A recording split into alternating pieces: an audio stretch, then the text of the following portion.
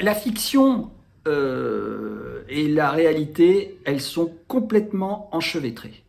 Euh, j'ai vécu des situations qui sont racontées dans le livre. Je m'appuie sur les situations pour broder ensuite derrière mon histoire. Mais évidemment, il y a une part autobiographique. J'ai connu cette bande de jeunes bourgeois qui étaient extrêmement délétères.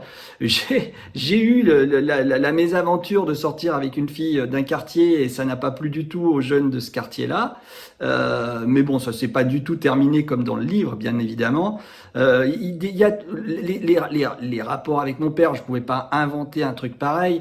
Mais ce qui est intéressant dans le livre, c'est que le héros évolue dans ses rapports avec son père. Et ça, c'est vachement intéressant. Enfin, en tout cas pour moi, ça a été vachement intéressant à raconter parce qu'au début, ils sont dans une relation de haine absolue. Ils se comprennent pas. Et puis petit à petit, au fur et à mesure que le héros évolue, bah, il comprend de plus en plus son père. Il comprend pourquoi son père se comporte comme il se comporte.